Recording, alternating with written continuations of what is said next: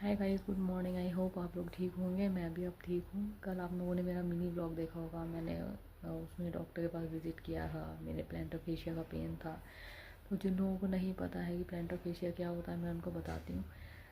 Plantar fascia means आप लोग कह सकते हैं एक लॉन्ग टर्म और अनक्यूरेबल डिजीज़ बोल सकते हैं इसको, और नहीं भी बोल सकते हैं, क्योंकि इसमें मेडिकेशन से हम लोग ठीक नहीं हो सकते हैं। We have to manage by wearing soft soles, soft shoes and chappals at home जिनका सोल सॉफ्ट होता है। तो ये होता क्या है, बेसिकली हमारा जो हील होता है उसके नीचे एक टिश्यू की लेयर डेवलप हो जाती है। ठीक है, तो जैसे नॉर्मल पीपल वॉक करते हैं तो हम लोग को कुछ फील नहीं होता, हम लोग फर्श पे इजीली वॉक करते हैं। तो जिनको प्लांटर फेशिया होता है, जैसे कि मुझे है, तो मॉर्निंग में जब हम लोग फर्स्ट स्टेप रखते हैं तो नीचे लगता है कि कुछ सॉफ्ट कॉटन टाइप हमारे हील के नीचे है, और जो बहुत ज़्यादा पेनफुल है, जैसे हम फर्श पे पैर नहीं रख रहे हैं, कहीं और पैर रख रहे हैं। ओके, ऐसा फील होता है। और जो पेन है वो मेरा जो जैसा मेरा सीवियर कंडीशन थी, तो मेरा जो पेन है वो हील से पूरा मेरे नीज तक जाता है।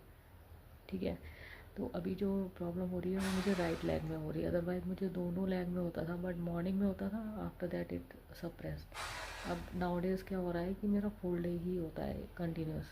तो मुझे डॉक्टर के पास जाना पड़ा इमरजेंसी में, क्योंकि मुझे बिल्कुल भी हाउस होल्ड वर्क करने का भी मेरा नहीं हो पा रहा था। मुझे सपोर्ट लेना पड़ता था, इतनी प्रॉब्लम थी, इतना मेरा लेग पेन सीवियर हो चुका था।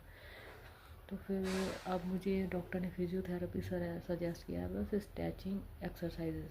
ठीक है, तो 5 डेज़ का मुझे फिजियोथेरेपी करना है plus stretching. After that I have to wear this soft sole जो होती है शूज़, वो वाले वियर करने हैं। इवन इन साइड भी उसने बोला है, तो हम लोग नॉर्मल शूज़ भी वियर नहीं कर सकते। तो ये वर्ष कब होता है, कभी कभी किसी किसी के घर में जो फर्श होता है ना, टाइल्स, उससे भी इफ़ेक्ट होता है।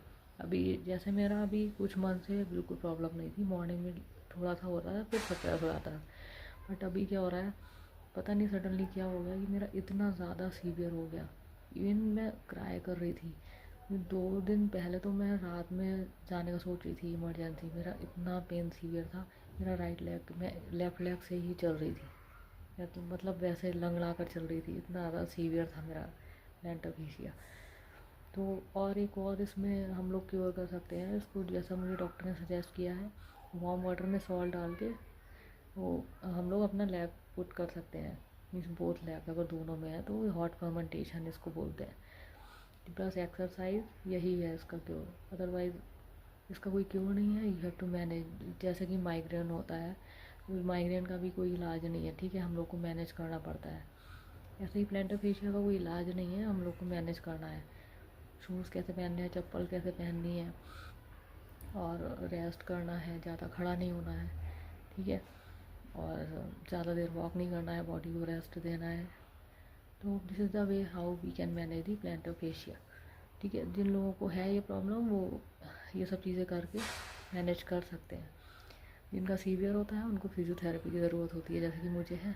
5 days I will do, after that I will do the exercise daily, then I will wear the shoes. MCR shoes उसको बोलते हैं। ठीक है, माइक्रो फाइबर शूज़। ठीक है, वो आप लोग परचेज़ कर सकते हैं अमेज़ोन से या फिर नियर बाय शॉप से। उसके थ्रू हम लोग मैनेज कर सकते हैं प्लांटर फेशिया।